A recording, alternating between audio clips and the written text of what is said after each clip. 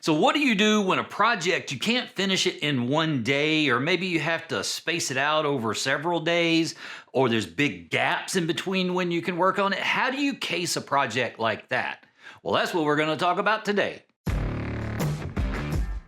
Hello everyone, my name is Daniel Reach. This is Weaver Leather Supply. Today, we're going to be answering one of your questions, and that is, how do you case a long-term project? Now, this can be a situation where it's just too big to finish in one day, or maybe you don't have much time and then there's big gaps in between you're working on it. How do you case a project like that? Now, this question was sent in by Jeff Cleary 1161. So Jeff Cleary 1161 sent in this question, and he wanted to know kind of what my process is for casing those long-term projects. So that's what we're going to be talking about now. Now, when you do work on a project like this and you've got it cased for a long time, well, that means that the leather is holding a lot of moisture, and you run into the potential for two different problems. Number one is going to be mold. So if we're taking this project and we're storing it in a plastic bag so it retains that moisture, and we're doing that for an extended period of time, you're very likely to be picking up some mold and having that grow on the surface of the leather. That's very common. The other thing that we can run into is if that project dries out and we need to re-wet it, well, that can cause swelling. It's not dramatic, but you do get a little bit of swelling, and when that happens, you can lose a little bit of that definition that you've worked so hard to put into the project. This is a problem that I've run into on multiple of the projects that I've worked on. You know, I like to do big in a small way, which means you have a really big project, but there's lots of little tiny details in there. Well, this is a problem that I run into quite a bit. And the Dragon Shield is called Dreams of Dragonfire. That was one of the very first ones where I ran into a problem where this is just so big, there's no way I can finish this in one day. And I don't really want it to dry out and then have to re-wet the whole thing completely. So that was one of the first ones where I really had to deal with this. So what do? How do we make sure that it stays cased, but we don't run into mold and we don't get any kind of swelling or loss of definition in the project over time?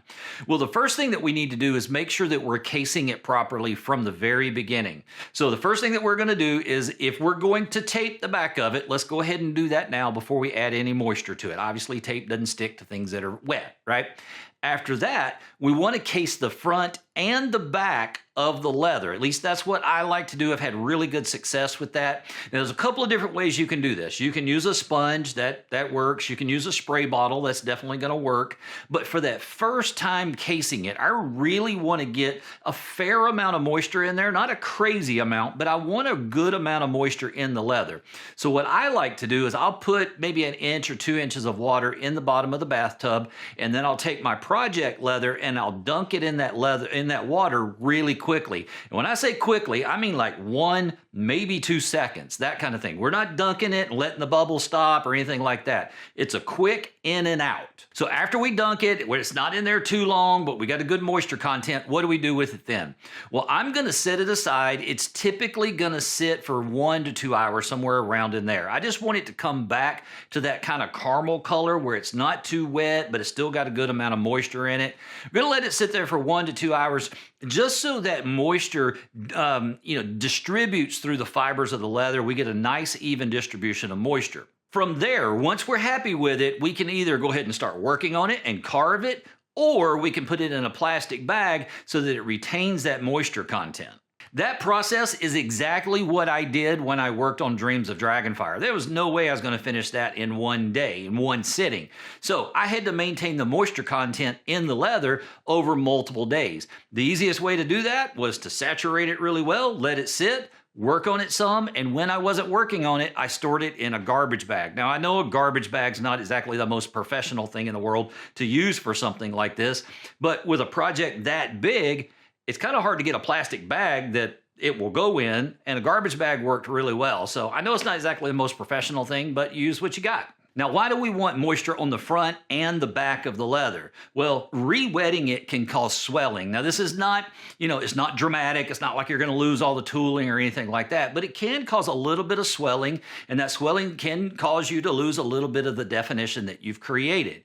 By wetting the back and the front, we're working on the front, well, that means the moisture that's on the back is going to evaporate much more slowly, and it's going to come up through the leather as we work on it. So it's going to give us a much longer, much more extended period to work on the leather. And when we do re-wet it, we don't have to re-wet it as heavily. So that brings us to another point. How do we re-wet it? Well, there's a couple of different ways you can do it. You can use a sponge. I know a lot of guys who are really experienced that like to use a sponge. For me personally, it drops too much water too quickly. It's harder to control.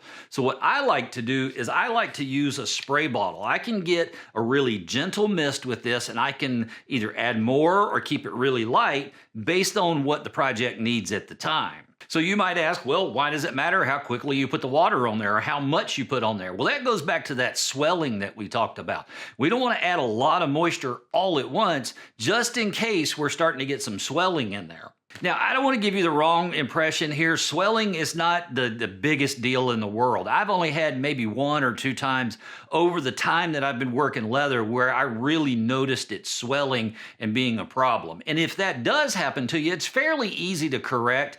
What I end up doing typically is just going back in and rebeveling any of the areas that look like they've swelled up and lost a little bit of that definition that I created. Typically, that'll do the job. Sometimes you might have to go back in and do the pear shading and kind of reinforce the different textures that you're creating, but that's pretty rare. Overall, the swelling is pretty rare too, but just in case, we want to try to avoid it.